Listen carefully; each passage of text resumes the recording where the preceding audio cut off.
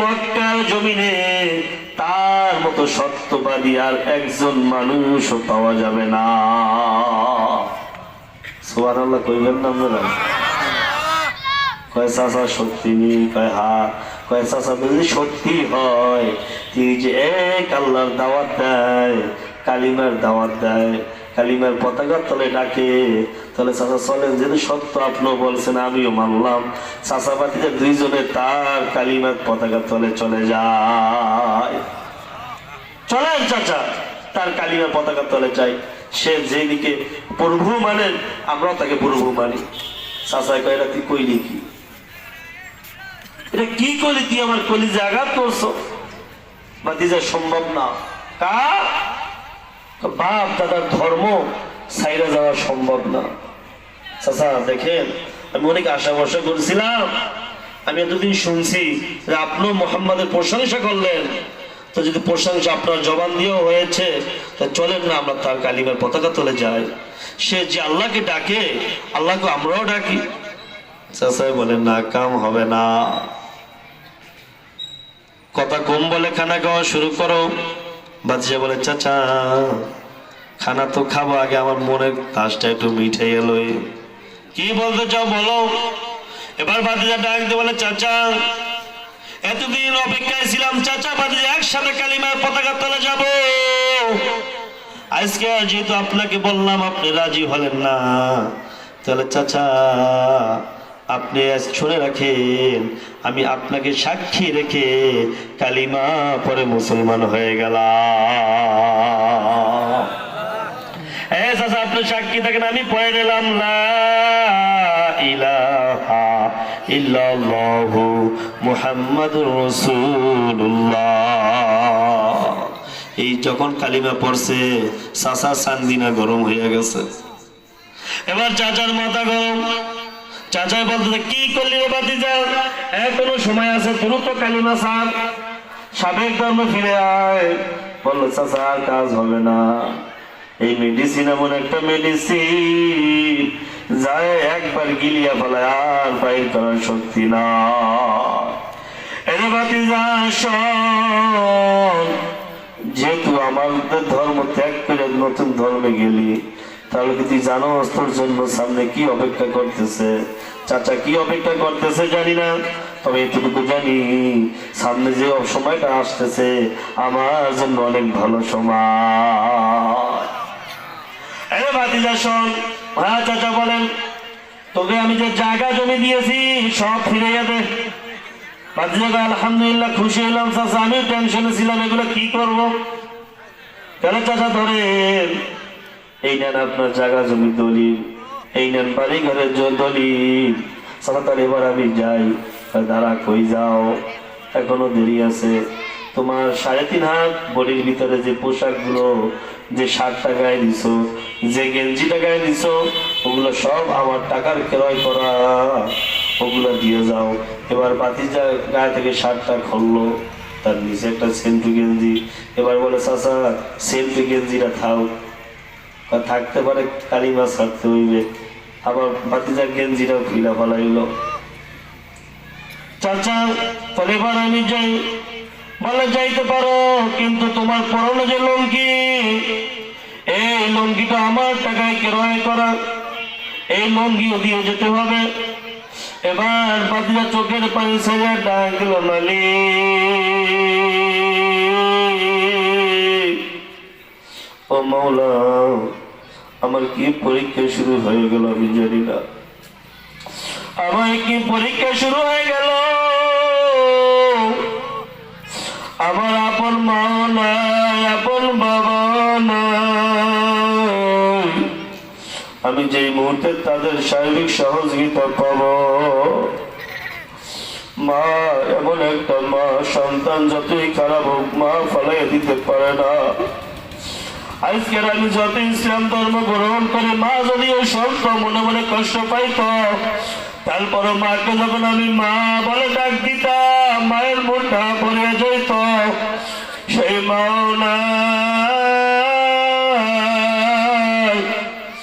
আমার তো আপন বাবাও নাই। ও মাওলা চাচা থাকা লঙ্গি চাইতেছে, আমি কি করব? আমি 18 বছরের যুবক, আমি যদি লঙ্গিটা খুলিয়া যাই আমার লজ্জার স্থান দেখা যাইব। আমার উপস্থিত সঙ্গীরা যারা আমার সামনে উপস্থিত, এরা আমার গায়ে থুতু মারবে। মালিক কোনো একটা ফয়সালা করিয়া দাও, আমি কি করবো রে মালিক? এবার চাচা ডাকতে বলে, ভাতিজা কি ভাবতেছ, কি কইতেছ, কার সাথে কি বলো? কিছু বলার সময় নাই, তোমার লঙ্গিও খোলা লাগবে না, জায়গা জমির দলিল দেওয়া লাগবে না, তোমার কিছু বিরোধ দিতে হবে না, শুধু কালিমাটা ত্যাগ করিয়া ফেলাও, আগে ধর্ম ফিরিয়ে আসো। এই কথা বলার সঙ্গে সঙ্গে বাদিরা ডাকতে বলে, চাচা এই নেন খুলিয়া দিলাম আপনার লঙ্গি, ইমানকে বানাইলাম আমার সঙ্গী। আল্লাহু আকবার। এরে চাচা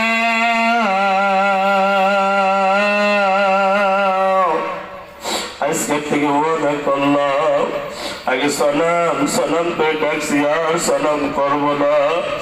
আগে যে মালিক আমাকে সৃষ্টি করেছে মালিককে চিনি নাই, আগে অগ্নিকে পূজা করতাম, অগ্নিকে ডাকতাম, আগে সবকে পূজা করতাম, মোটা মোটা বট গাছগুলো পূজা করতাম। আজকে থেকে ওয়াদা করলাম আর কারো পূজা দেব না। আজকে যে মাওলা আমাকে সৃষ্টি করলো, যে মালিক আমাকে এতটা বছর রিজিক খাওয়াইতেছে, ওই মালিক কই, মালিক কই? ওই মালিকের তালাশে আমি বের হয়ে যাব। যদি মালিককে পাইতে হয় আগে আমার ওই নবীর কাছে যাইতে হবে মদিনায়। আরে এক পর্যায়ে আল্লাহর বান্দা আব্দুল উজ্জা উলঙ্গ হয়ে লজ্জাস্থানে হাত দুই কানে এরকম জড়াইয়া রেখা নিশ্চি মাথাটা দিয়া সৎ মায়ের বাড়ির দিকে হাঁটে।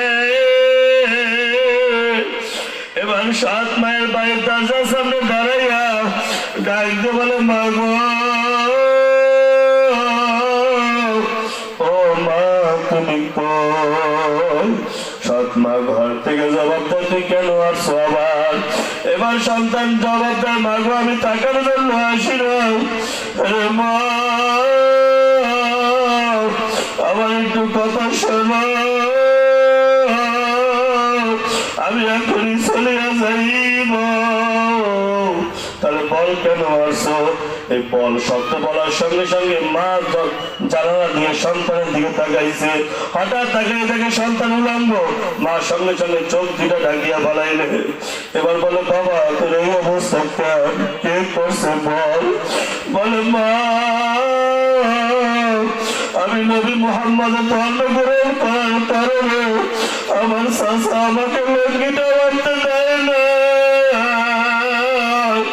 আমার চাচার লঙ্গিটা খুলিয়া দিয়া ইমামকে সঙ্গী বানাইয়া ও মা আমি চলে আসছি। মা তুমি যদি পারো আমাকে একটু কাপড় দাও। এবার মা বলে, বাবা দাঁড়া দেখি কি আছে। এবার মা ঘরের ভিতরে যাইয়া বাবার কালের ছোট ছোট পোটলা গুলো বাইর করলো, খুঁতি বাইর করলো। এবার পোটলা বাইর করে দেখে বাবার রেখে যাওয়া একটা চাদর ছিল। এবার মা বলে, বাবা চাদরটা তোরা যদি সব দিয়ে দেয় আমি কি পারবো? এই কথা বলে চাদরটা মাঝখান দিয়া সিরিয়া অর্ধেক আব্দুল উজ্জার জানলা দিয়া পাক্কা মারিয়া দিল। কিতাবের ভিতরে লেখে, বুখারী শরীফের ভিতরে লেখে, যখন আব্দুল উজ্জা অর্ধেক পরিমাণ কাপড় তার পরনে পেঁচায়, আহারে এ মুসলমান ইমানদার যুবকের দল, আব্দুল উজ্জা একজন যুবক, আমিও যুবক, তুমিও যুবক। তারা দিন পাওয়ার জন্য কত কষ্ট করেছে, কত মুজাহিদা করেছে, আর তুমি আমি রেডিমেড ইসলাম পেয়েছি, রেডিমেড দিন পেয়েছি। আজকে যে কারণে তোমার আমার কাছে কোনো মূল্য নাই। দাদাও ছিল মুসলমান, বাবাও ছিল মুসলমান, সেই সূত্রে তুমি আমিও মুসলমান। সেই জন্য আজকে রাসূলের সুন্নতে কোনো গুরুত্ব নাই। আল্লাহর হুকুমের কোনো গুরুত্ব নাই।